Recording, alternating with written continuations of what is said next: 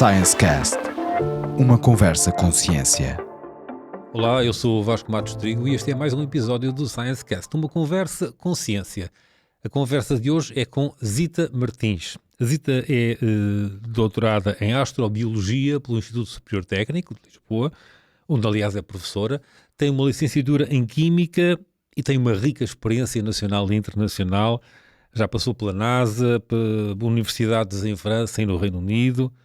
Também foi consultora do Presidente da República, Marcelo Rebelo de Sousa, para as áreas da ciência, inovação e transição digital. Mais tarde vamos falar sobre esta experiência diferente, ao fim e ao cabo. Também já foi agraciada com os graus de Oficial da Ordem Militar de Santiago da Espada e de Grande Oficial da Ordem da Instrução Pública. Portanto, uma pessoa com uma experiência rica que aceitou vir aqui partilhar connosco um pouco daquilo que está a fazer. Muito obrigado, Zita. Obrigada eu. A Zita, começando por aqui, os interesses de investigação da Zita são a detecção de assinaturas químicas de vida extraterrestre em missões espaciais. Vida extraterrestre é logo que chama a atenção das pessoas. Vamos encontrar humanoides, algures, é disso que anda à procura? Não é claro. Não, de todo. Eu sou licenciada em Química pelo Instituto Superior Técnico e quando estava para terminar a minha licenciatura, as antigas licenciaturas de 5 anos, eu queria fazer Química, mas queria fazer Química ligada ao espaço.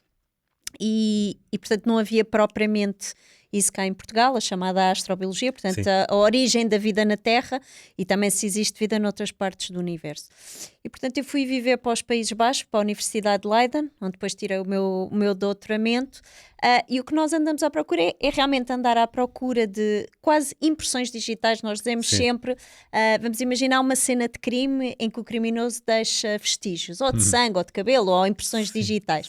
O que eu ando à procura é semelhante, mas neste caso são impressões digitais químicas, portanto moléculas orgânicas que podem existir em determinados planetas ou luas geladas, o que seja, e que nos dão indicação que ali existe ou já existiu vida. Portanto, nós no fundo, tirando a parte da ficção científica, o que nós fazemos mesmo é ciência e estamos a aplicar métodos químicos e científicos, portanto todo o equipamento que nós temos no laboratório, mas obviamente com dimensões diferentes, é o que nós planeamos para missões espaciais e é realmente o que eu estudo. E portanto, nomeadamente essa passagem pela NASA teve a ver com isso também, não é? Sim, eu enquanto estava a fazer o meu doutoramento, eu fui a uma conferência logo de início, logo no primeiro ano. E estavam lá cientistas da NASA que disseram: gostamos muito do teu trabalho, não querias vir como cientista convidada para a NASA durante um período de tempo? Eu disse que sim, obviamente, era um grande sonho, e estive na NASA durante 2 anos seguidos, quer dizer, não foram 2 anos seguidos, mas foram 2 períodos de tempo diferente, durante 2, 3 meses, e estive a fazer investigação para o meu doutoramento em colaboração com a NASA e fui cientista convidada e obviamente foi um sonho tornado realidade e gostei muito. E uma experiência ótima, não é? Claro. Ao fim e ao cabo, de relacionamento com outros especialistas dentro dessa área, não é? Sim. Mas como é que se investiga isso? Como é que se investigam essas impressões digitais? Sim, então nós temos, eu faço várias coisas, portanto eu por um lado tento perceber como é que a origem da vida surgiu aqui na Terra, porque no fundo a Terra é o único local que nós sabemos, sem sombra de dúvida, que tem vida, e depois há várias teorias que pode a origem da vida ter surgido no fundo dos oceanos, por exemplo em fontes hidrotermais, como nós temos por exemplo nos Açores, ou então ter as moléculas orgânicas terem sido trazidas para a Terra por cometas, asteroides e meteoritos. Portanto, eu faço parte de missões espaciais que vão a asteroides, por exemplo, recolhem essas amostras, trazem de volta à Terra. Fiz parte da missão Yabusa 2 da Agência Espacial Japonesa. Era uma missão com vários cientistas de várias nacionalidades, eu fiz parte. Portanto, nós vemos que moléculas orgânicas é que estão ali. Eu analiso também meteoritos, portanto, rochas que caíram do céu. Portanto, isso é uma parte do que nós fazemos. Só química pura, o que estamos aqui a falar. Por outro lado, para tentar perceber se existe ou se existiu vida em qualquer local do nosso sistema solar, eu faço parte de missões espaciais em que nós levamos equipamento ou para Marte, ou para uma lua chamada Encelado, ou uma lua chamada Europa, o que seja. Portanto, estamos a planear futuras missões espaciais e desenvolvemos também métodos no laboratório para tentar perceber se existe ou se existiu. Portanto, no fundo, é só química pura que nós estamos a tentar perceber. Mas não vai lá, não vai ao espaço? Não vamos. Nós desenvolvemos mesmo... Nunca foi? Não, nem tenciono ir. Tenho não gostava de ir? Não, tenho um respeito enorme pelos astronautas. Sei exatamente qual é o processo de seleção, o que é que eles têm que fazer até chegarem a cientistas, e é um treino muitíssimo intensivo, formação superior, também parte militar, etc. Portanto, tenho um respeito enorme pelos astronautas. Mas não está no seu horizonte. Não está no meu horizonte, porque também sei os riscos a nível da saúde, as implicações e tudo o resto, e portanto não faz parte dos meus sonhos. É muito trabalho no laboratório. Eu faço muito trabalho de laboratório, também faço muito trabalho de campo, curiosamente. Sim. Já tive a tal recolha de amostras. Sim, eu já estive no meio do nada na Austrália, num deserto na Austrália, a recolher amostras que eram muito semelhantes do ponto de vista da geologia, eram muito semelhantes a Marte, e portanto nós recolhemos essas amostras e depois trazemos de volta ao laboratório e analisamos. Tenho colegas meus também na equipa, o professor João Canário, que vai muitas vezes ao Ártico, e portanto nós colaboramos, e vários estudantes nossos vão ao Ártico. Porquê? Porque é gelo, tem uma camada de gelo lá, e depois pode ter um oceano por baixo da camada de gelo, e é muito semelhante a determinadas luas geladas que também têm uma camada de gelo e um oceano. E portanto usamos isso, os chamados análogos planetários, e usamos isso muita vez para simular, para analisar amostras, para testar equipamento, para treinar a futura geração de cientistas, e portanto fazemos muito trabalho de campo. Portanto, como é que sabem que aquela pedra, chamemos assim, pode ter vindo de fora? Sim, em relação há formas de claro detectar. que sim. Então, estamos a falar de um meteorito, não confundir com meteoro. Meteoro é o que nós tipicamente chamamos de estrela cadente. Quando vamos fora das grandes cidades e vemos as estrelas cadentes, isso é um meteoro. O que eu analiso no laboratório são os chamados meteoritos. Portanto, são pedaços de rocha que chegam à Terra e conseguem sobreviver pela passagem pela atmosfera. Todos os anos eu tenho colegas que vão, por exemplo, para a Antártida e vão recolher esses meteoritos, e depois nós escrevemos propostas, requisitamos, etc. Do ponto de vista de geologia é muito diferente, são muito diferentes de qualquer rocha terrestre. Sim. Por exemplo, tem uma mistura de ferro e de níquel, que tipicamente rochas terrestres não têm, são muito mais densas. Tem uma crosta de fusão que tipicamente uma rocha normal não tem, e depois tem determinados compostos na sua composição que nenhuma rocha terrestre tem. Portanto, há certos laboratórios. Por exemplo, eu vivi muitos anos em Londres, e o Museu de História Natural em Londres fazia essas análises, porque tipicamente há muitas pessoas que dizem eu achei o meteorito. Sim. 99% das vezes não são. Não são. Mas o museu faz essas análises mesmo para tentar perceber.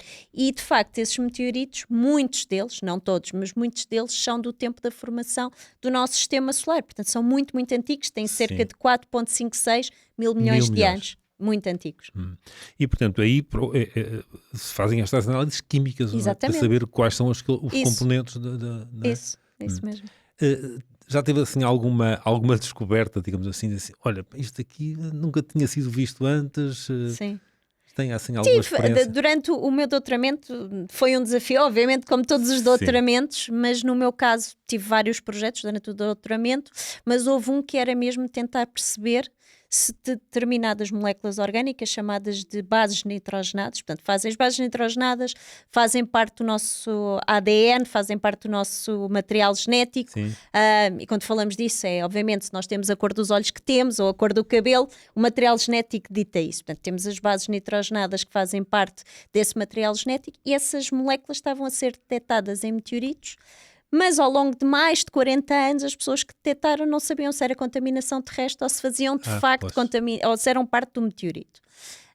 E o meu trabalho de doutoramento foi mesmo isso, tentar perceber se era uma coisa ou se era outra. O meu doutoramento foram 4 anos e eu tive mais do que 3 anos a fazer determinadas análises químicas para tentar perceber. Eram extraterrestres, as bases nitrogenadas que detectamos em meteoritos. Como é que nós fizemos isso? O carbono que existe pode existir em 3 formas. Carbono 12, 13, 14. O 14 não vamos ligar agora, mas o 12 e o 13 são muito distintos. Portanto, aqui na Terra toda a biologia usa carbono 12, que é a forma mais leve, mas no espaço, sem vida, usa-se preferencialmente nas reações químicas carbono 13, portanto a forma mais pesada. E ao fazermos esse rácio conseguimos determinar se uma molécula foi formada no espaço, na ausência de vida, ou, se pelo contrário, é contaminação terrestre e foi sintetizada aqui.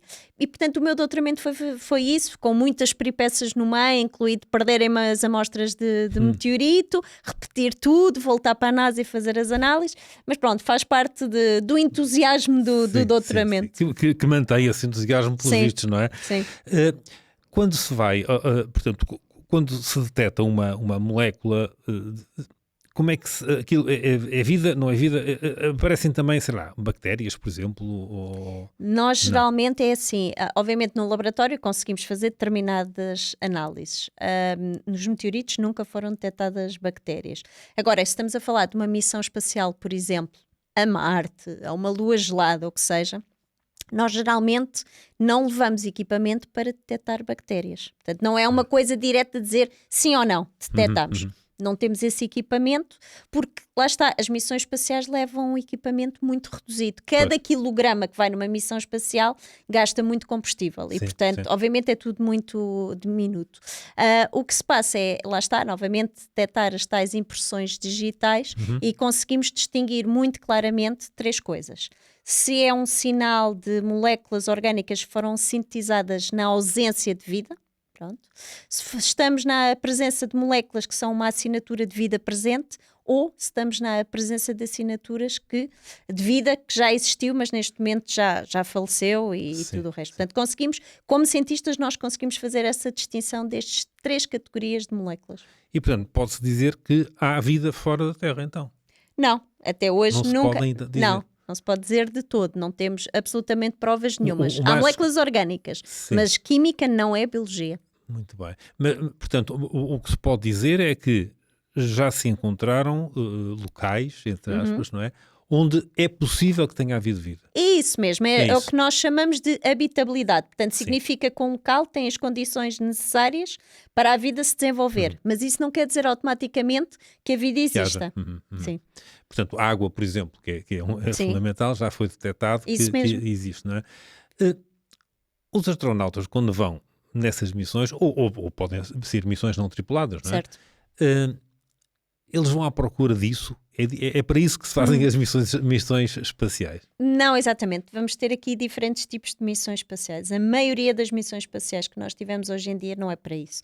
Tem objetivos científicos muito claros. Por exemplo, há missões para a Estação Espacial Internacional, a ISS, em que os astronautas podem lá passar um período de 6 meses ou até de 1 ano. São estudadas várias coisas, nomeadamente todas as questões de saúde. Por exemplo, tentar perceber o que é que acontece à pele quando é exposta à radiação. Portanto, todos os processos que os astronautas experienciam quando estão na Estação Espacial Internacional são processos acelerados do que pode acontecer aqui na Terra, por exemplo, com pessoas que estão acamadas.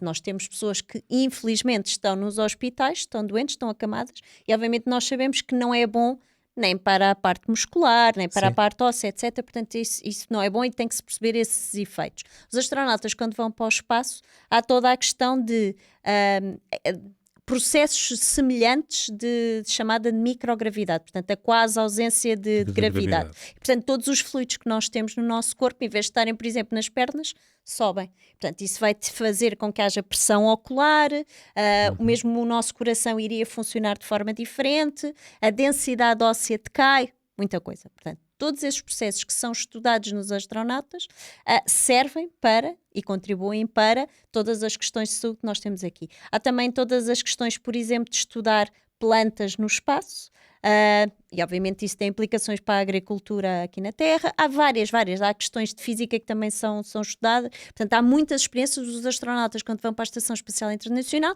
vão realmente fazer uma série de experiências durante o tempo que estão lá.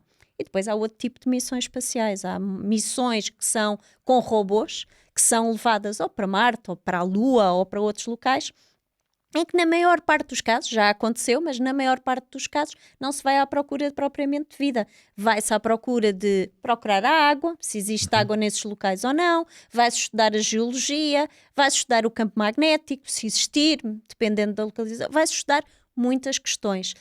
Até para tentar explicar a origem do planeta, universo, não é? Isso. E, portanto, vai-se tentar perceber essas questões. Agora, há missões especificamente de procura de vida. Nós, em 1976, tivemos a chamada missão Viking, é uma missão da NASA, em que foi a primeira e até hoje a única missão de procura de vida extraterrestre. Não detectou absolutamente nada em Marte, mas obviamente tivemos esse tipo de missão espacial, mas tipicamente não é isso. Temos também outras categorias de missões espaciais, como por exemplo ir a um cometa ou ir a um asteroide. Obviamente nós sabemos que os cometas e os asteroides não vão ter vida de todo. Portanto, vamos estudar tudo o resto. Vamos estudar a física, a geologia, a composição química, vamos estudar uma série de coisas nestes corpos celestes, mas definitivamente não vamos à procura de vida.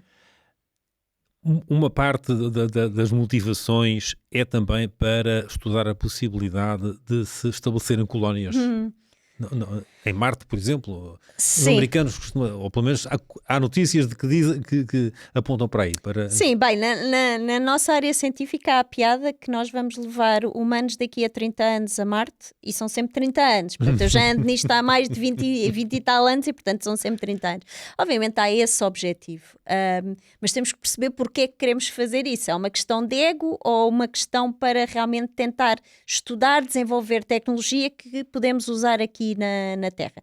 Nós já fazemos isso com as missões espaciais. As missões Apollo levaram a que se desenvolvesse uma série de materiais e de objetos que nós usamos hoje em dia. Portanto, isso foi muitíssimo importante. Teve um retorno financeiro, que isso também é importante, é um facto realista. E também trouxe muitos jovens para a ciência. Portanto, nós usamos para isso. Em termos realistas, nós temos que garantir, se um dia levarmos humanos para Marte, que esses humanos regressam. Portanto, que não é uma missão suicida. Nós, acima de tudo, a vida humana é o bem mais precioso que nós temos. E, eticamente, nós temos que garantir que levamos humanos a Marte, se eles quiserem ir, os astronautas, com o objetivo de regressar. Mas, obviamente, isso está a ser falado, não é uma porta fechada. Sim, isso está presente, quer na NASA, quer na Agência Espacial Europeia, na Agência Espacial Portuguesa, que ainda está a dar os primeiros passos, digamos assim, embora já exista há uns anos, e outras, será? A Índia, por exemplo? Sim, Canadá, China, etc. Sim, várias agências espaciais estão a falar nisso. E o primeiro passo é exatamente todas estas questões da Lua. Não vamos daqui da Terra diretamente a Marte, mas o objetivo é, primeiro, à Lua, regressar à Lua, e depois da Lua dar o salto para ir a Marte. Eventualmente porque é uma etapa, digamos assim, parece aquelas coisas da mala posta nos Correios, não é? Porque obviamente, como eu disse, tem que haver toda a questão de garantir segurança, garantir realmente que a tecnologia está pronta. Nós tivemos recentemente, há uns meses, a todas as questões de ida à Lua, sem pousar, da missão da Artemis 2, e aquela missão foi muitíssimo atrasada, meses e meses, porque tivemos que, nós, não fui eu propriamente, mas a comunidade científica, garantir que estava tudo bem do ponto de vista tecnológico, e é isso que se vai fazer, a questão deles poderem regressar. Isso mesmo. Disse aí regressar à Lua. Há muita gente que não acredita que os humanos tenham estado na Lua. Porquê que é essa resistência? Enfim, eu estou a admitir que sim, que estiveram lá. Sim. Mas porquê que há pessoas que não acreditam? As pessoas podem acreditar no que quiserem, não é? Obviamente, isto tem a ver com a importância, primeiro que tudo, da comunicação de ciência. Os cientistas devem fazer comunicação de ciência, devem ir desde os mais pequeninos, ir a escolas, como aparecer nos meios de comunicação social e informar as pessoas, informar de forma simples. Isso é importante. Não é para lá dar aulas de ciência. Não é esse o objetivo. Portanto, explicar de forma simples, mas obviamente ao fim do dia cada um acredita no que quer. Agora, de facto, fomos à Lua, nós novamente temos amostras, portanto, para as pessoas não pensarem que é ficção científica e que se montou tudo ali no estúdio, não é nada disso. Nós temos amostras que foram trazidas pelos astronautas das missões Apollo. E novamente as amostras da Lua, pela lógica e realmente pelas análises químicas, são diferentes do ponto de vista geológico, do ponto de vista químico, de outras amostras que nós temos. Portanto, mesmo a idade da Lua, a Lua é mais jovem do que o nosso planeta, Sim. e nós conseguimos ver isso quando analisamos amostras. Por outro lado, e em paralelo, nos anos 80 do século passado, foram recolhidos certas amostras de meteoritos na Antártida que eram muito diferentes. As pessoas pensaram, o que é isto? Sim. Foram fazer as análises e coincidiam exatamente com as amostras que os astronautas tinham Mas trazido da da Lua. Lua nas missões Apollo. E, portanto, é ciência, estamos a lidar com dados e com factos, e nós cientistas somos sempre muito céticos e não acreditamos assim. Portanto, as amostras coincidem, nós sabemos exatamente que os astronautas o que trouxeram, e essas amostras estão nos Estados Unidos, portanto, em locais bem cuidados. Nós chamamos em inglês curation, e portanto estão muito bem preservadas essas amostras com todos os cuidados. As amostras podem ser requisitadas pela comunidade científica, analisada, e portanto nós sabemos exatamente que fomos à Lua. Mas esses que foram, portanto, esses fragmentos que foram detectados na Antártida, como acabo de dizer, sabe-se que são da Lua. Sabe-se que são da Lua, são meteoritos, e todos os anos, como eu digo, há expedições à Antártida para recolher meteoritos. Sim. E tenta-se... Mas como é que chegam cá e como é que há tantos, enfim, que continuam a ir lá buscar e estão lá ainda? Então, os meteoritos podem cair em qualquer parte da Terra. Mas soltam-se da Lua, é isso? Não, sim. Portanto, há um impacto. No caso, por exemplo, vamos falar de asteroides, já vou voltar à Lua, mas no caso dos asteroides estão num local que é a cintura de asteroides, Sim. entre Marte e Júpiter, chocam como se fossem bolas de snooker e depois saem, entram dentro do campo gravitacional da Terra e são atraídos. No caso da Lua, obviamente, houve um período da história do nosso sistema solar, não só da Lua, em que houve grandes impactos. Nós basta olhar para a Lua, mesmo a olho nu, mais ou menos, Sim. ou com um bom telescópiozinho, nós conseguimos ver as crateras. Portanto, significa que ali, em algum local da sua história, houve impactos. Se há impacto, obviamente esses pedaços soltam-se e, se entrarem dentro do campo gravitacional da Terra, são atraídos e chegam a cá. Pronto.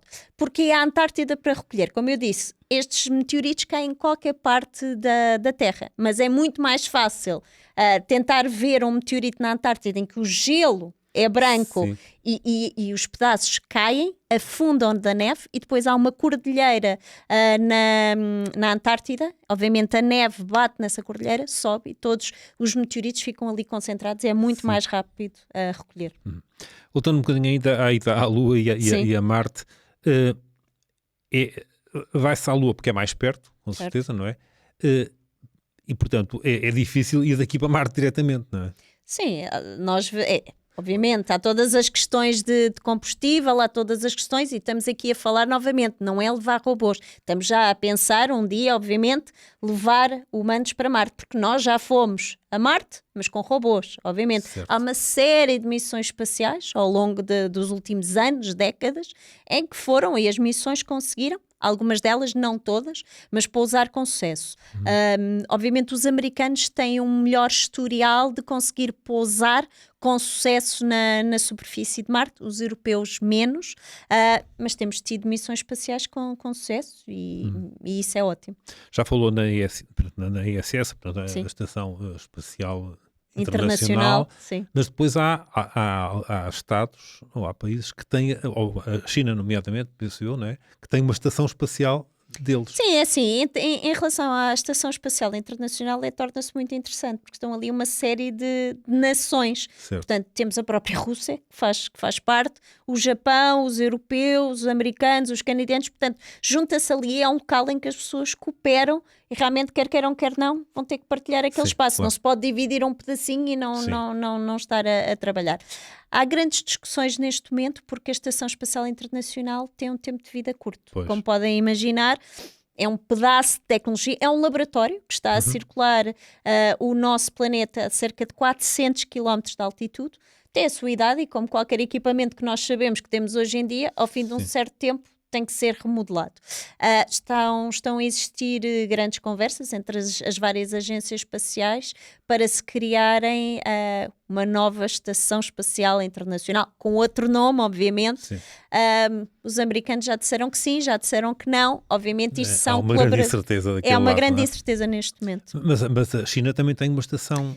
A China está neste momento a desenvolver muita coisa. A China já voltou, por exemplo, à Lua. E eu digo sinceramente que a China nos próximos anos vai dar grandes cartas e vai nos surpreender a todos, porque está a investir muito capital, tanto económico como humano, nestas questões. E portanto, a China não faz parte da Estação Espacial Internacional, ou faz? Não tenho a certeza. O Japão sei que faz e não quero estar aqui a dizer. Mas, portanto, coisa. Eles, independentemente de poderem ou não fazer, também têm o seu próprio percurso, não é? Tem o seu próprio percurso. Nós sabemos historicamente que há sempre a chamada corrida espacial, que representa um grande orgulho para as nações. Tivemos isso historicamente com a ex-União Soviética e obviamente houve a corrida com os americanos e isso teve o seu papel na história, como nós sabemos. Agora, a corrida não é propriamente com a Rússia, mas sim com a China. Eu diria com a China. Nós temos ali os europeus, mas os europeus apostam basicamente com a ciência. Nós somos bons na ciência, mas precisamos sempre de foguetões e que seja de outras nações. E, portanto, eu diria, a Índia também, não nos podemos esquecer da Índia, também está a desempenhar um papel fundamental. A Índia já chegou, já sim, estão na Lua. Sim. E, portanto, eu diria até que a corrida não vai ser só entre dois parceiros ou duas grandes nações, mas entre várias nações, e por isso torna-se muito interessante. E essa competição pode ser benéfica também, ou não? É sempre benéfica, obviamente. Porque há sempre informação que também, embora a parte dos segredos que cada qual mantém, mas há informação que é partilhada, com certeza, não? Há sempre colaboração. Por exemplo, quando nós estamos a falar de uma missão espacial europeia, nós não estamos isolados, obviamente. Há colaboração sempre entre nós e outros parceiros. Eu, por exemplo, posso dizer, as missões espaciais que eu já fiz parte, por exemplo, a missão Yabusa 2, que eu mencionei, nós muitas vezes dizemos, ok, isto é uma missão japonesa, mas tinha cientistas europeus de várias nacionalidades, tinha cientistas americanos, e depois tornou-se muito interessante que os dados que foram obtidos nessa missão foram comparados com outra missão espacial americana, chamada OSIRIS-REx, da NASA, porque os cientistas americanos estavam nas duas missões, e portanto há sempre partilha de informação. A Zita Martins faz parte de algumas instituições internacionais, é presidente neste momento da Time, penso que é assim que se chama, não é? Sim. Time Association Network, é a primeira mulher, aliás, presidente desta associação. O que é esta associação? Portanto, primeiro que tudo, eu tenho vários chapéus. Um deles é ser vice-presidente para os assuntos internacionais no Instituto Superior Técnico, certo?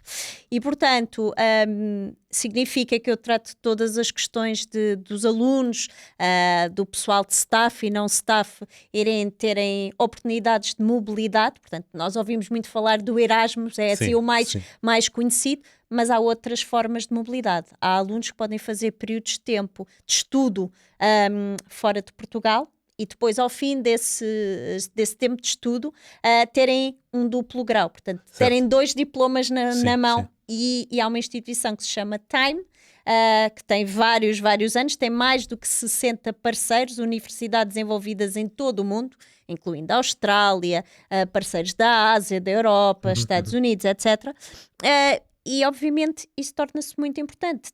Há alunos que querem mesmo essa oportunidade, ter 2 diplomas e terem essa possibilidade. Até hoje não tinham tido, ao longo da sua história, nenhuma mulher como presidente dessa organização, e eu assumi isso muito recentemente, e, portanto, já era a altura de terem uma mulher, obviamente. Acho que sim. E é também membro da Conference of European Schools for Advanced Engineering, Education and Research, CESAER, CESAER, sim. Portanto, ao fim e ao cabo, é mais uma entidade que faz essa relação, não é? Sim, neste caso do CESAER, é uma instituição que também tem um lado um chamado um pouco político, porque há ligações com Bruxelas e mostra-se a importância do ensino superior e do diálogo entre as várias instituições. Portanto, os cientistas obviamente não podem nem devem estar isolados na sua bolha, nem as universidades estão isoladas. Portanto, nós estamos aqui para servir e dialogar com a comunidade e com o público em geral, obviamente, e é importante que quem decide politicamente também tenha conhecimento e faça-se estas pontes. E, portanto, as melhores universidades de todo o mundo também fazem parte dessa rede e nós este ano, em outubro, vamos ter no técnico, no Instituto Superior Técnico, a reunião, em inglês é General Assembly, portanto é a reunião anual dessa rede e estamos muito orgulhosos porque é a primeira vez que vamos conseguir ter essa reunião cá em Portugal. Falou aí agora, Berlim, nas questões políticas e dá-me passagem para aquela sua experiência na Presidência da República com o professor Marcelo Rebelo de Sousa. O que é que fazia lá mesmo? Não é? Era consultora? Eu era consultora, área, sim. Eu fui consultora durante 5 anos, foi uma enorme 91, honra. De 2021 a 26, não é? Isso mesmo. E, portanto, foi uma honra, um privilégio enorme. Eu aconselhava o professor Marcelo Rebelo de Sousa em todas as questões de ciência e depois, a meio do percurso, também aconselhei nas questões do ensino superior. E foi muito interessante porque, novamente, permite-nos fazer esta ponte entre dar voz aos cientistas, porque esse é o objetivo, portanto, permitir que haja reuniões e diálogo entre a Presidência da República e os cientistas, as universidades e também de quem decide, portanto, parte do governo e tudo o resto, tem que haver um diálogo, também dar voz ao público, para o público perceber o que é que nós fazemos. Especificamente, obviamente, que há sempre todas as questões de preparar eventos, de aconselhamentos. Sim, dizer o que é que se está a passar. Portanto, todos os dias eu dizia sempre que a primeira coisa que fazia quando acordava era ver as notícias, o que é que se estava a passar, falar com colegas, o que é que se está a passar. A última coisa que fazia também antes de dormir também. Portanto, constantemente escrever relatórios do que é que se estava a passar. Pessoas contatavam-me da comunidade científica e do ensino superior a dizer passa-se isto, e, portanto, manter sempre o Sr. Presidente da República nessa altura informado sobre o que é que se está a passar. Nós recebíamos também, obviamente, ali em Belém diplomas que vinham do governo e, portanto, há imensa coisa. São muitas horas de trabalho. Acordamos cedo, deitamos-nos bastante tarde sempre para... E com o professor Marcelo Rebelo de Sousa... É muito tarde, muito tarde, sim. Mas foi uma experiência... Muito boa, muito interessante. Eu gostei muito, deu para perceber o outro lado. Portanto, como cientistas nós temos sempre esta ideia de estamos no laboratório e acabou. Não, há o outro lado que é muitíssimo importante, todas as questões de quem decide realmente as questões do financiamento e tudo o resto. E, portanto, é muitíssimo importante. E dar a voz também à comunidade científica, isso é sempre muitíssimo importante. Muito bem. Nosso tempo vai à velocidade da luz, parece que vamos formar, mas enfim. Tinha aqui, eu gostava de falar ainda com 2 ou 3 projetos que há um projeto da ESA, o Oreo Cube, não é? Portanto, eu faço parte de uma equipa que irá levar 2 experiências à Estação Espacial Internacional. Esse Oreo Cube, como o nome diz, são cubos de 10 cm por 10 cm, em que colocamos moléculas orgânicas com ou sem minerais e vamos pôr à radiação. Para ver o que acontece. Exatamente, e para tentar ajudar na seleção de melhores locais onde podemos e devemos aterrar, pousar, quando um dia fomos novamente a Marte. Portanto, são pequenas experiências. E, portanto, esses cubos vão, depois vêm para cá, para o técnico depois aqui? Regressam, vão para a Alemanha, onde o investigador principal está, e portanto nós estamos a contribuir com todas as questões de investigação. O ExoCube é a mesma coisa, é muito semelhante. Num dos casos usa-se moléculas orgânicas, noutros usamos pedacinhos de células e de micro-organismos, mas a lógica é a mesma. Já falou aí nas luas de alguns planetas, luas dos planetas gigantes. Certíssimo. O que é esse? Os planetas gigantes, nós mencionamos Júpiter e Saturno, que têm muitas luas. Há luas que têm mais interesse do ponto de vista da detecção de vida extraterrestre potencial. E então mencionamos sempre ou a lua Europa, que é uma lua de Júpiter, ou mencionamos a lua Encélado, que é uma lua de Saturno. Obviamente eu tenho a minha favorita, é Encélado, até porque a Agência Espacial Europeia, a ESA, muito recentemente, há alguns anos, selecionou uma equipa de peritos. Eu estou a presidir essa equipa de peritos internacionais e foi-nos indicado que a Agência Espacial Europeia, a ESA, pretende ir a essas luas em 2044, mais ou menos, 45, para chegar em 2054, e disse-nos, escolham, discutam e digam-nos qual é o melhor local para nós irmos. E, portanto, tivemos uma equipa de peritos durante quase 3 anos a discutir o que é melhor, o que é pior, depois a falar com os engenheiros, a dizer, será que esta missão espacial faz sentido ou não, é realista? E, no fim de tudo, publicámos um relatório em que indicámos claramente, e porquê, as várias razões, a indicar que Encélado é mesmo a melhor lua para a Europa ir, e como europeus é uma honra enorme. Porque... E quero partilhar aqui, como é que foi essa decisão? Porquê é que foi escolhida aquela? Quais foram os critérios, digamos assim? Sim, tem a ver, primeiro que tudo, qual é o local entre as várias luas, quais são as que podem ter potencial para a vida existir, só aí resume-se a um leque mais reduzido, quais são as que nunca tiveram uma missão espacial a ir lá, e portanto, será que do ponto de vista da engenharia conseguimos ir ou não? Porque isso, ao fim do dia podemos ter questões científicas, mas se os engenheiros nos disserem, esqueçam, isto não é realista, não conseguimos ir. Portanto, depois desses critérios conseguimos ver, e com as tecnologias que nós hoje em dia temos, que realmente essa lua é possível ir lá com lançamento em 2040 e qualquer coisa e pousar no polo sul desta lua, em Encélado, em 2054, e é a primeira vez que vamos pousar. E não vão ser os americanos, vamos ser nós, europeus. A fazê-lo. E, portanto, deixam-nos a todos muito orgulhosos. E porquê só daqui a 30 anos? Porque demora muito tempo a planear tudo. Portanto, a ciência demora tempo. Os engenheiros é que dizem, olha, calma lá. Não, há janelas de oportunidade. Primeiro que tudo, há janelas de oportunidade de lançamento. Ponto número 1. Depois há também, obviamente, todas as questões políticas e de financiamento. Temos que garantir... Não é barato, com certeza. Pois, exatamente. Não é como ir daqui ao Barreiro. Não. E, portanto, temos que garantir, sim, que há financiamento. Neste momento houve uma reunião dos ministros há mais ou menos um ano, em que os ministros disseram, sim senhora, vamos avançar, os ministros europeus. E depois dá todas as questões de desenvolvimento. Todos os equipamentos têm que ser selecionados, tem que se escrever a proposta, portanto há competição, é tudo isso. Isto demora tudo muito tempo, e eu estarei reformada de certeza absoluta nessa altura, mas espero estar vivinha da Silva. E não vai estar desinteressada do que se disse, imagino, não é? Pois o nosso tempo está mesmo a terminar, e eu tinha aqui mais algumas coisas, mas vou referir que já foi co-diretora do MIT Portugal, daquele programa, que entretanto agora acho que está numa nova fase, não é? Está. É muito importante, são muito importantes estes programas com universidades americanas, não é? Sim, obviamente, todas as relações que cientistas, indústria, universidades possam ter com universidades de topo é fundamental, é assim que o conhecimento avança. A ciência é interdisciplinar e é internacional, portanto não podemos estar fechados nas nossas bolhas. Eu tenho perguntado já a alguns convidados que têm estado por aqui como é que é neste momento com a situação nos Estados Unidos, em que a ciência parece que não está a ser muito bem vista. É uma oportunidade para a Europa? É sempre uma oportunidade para a Europa, independentemente de como as outras nações estejam. Obviamente, historicamente, a Europa é um local de conhecimento. Sim. Nós temos das universidades mais velhas do mundo e, portanto, esse conhecimento é uma arma. Agora, o que se está a passar é se a Europa tem tanto dinheiro como, por exemplo, os Estados Unidos ou mesmo a Ásia. Aí já estamos a falar... Exatamente. Mais uma vez. Sim, e portanto aí já estamos a falar de campeonatos diferentes e há financiamento a níveis que nós, em particular aqui em Portugal, que não temos. E portanto é sempre fundamental manter as portas abertas com os nossos parceiros dos Estados Unidos e de outras nações. Estudantes não lhe faltam, pois não? Não, tenho muitos.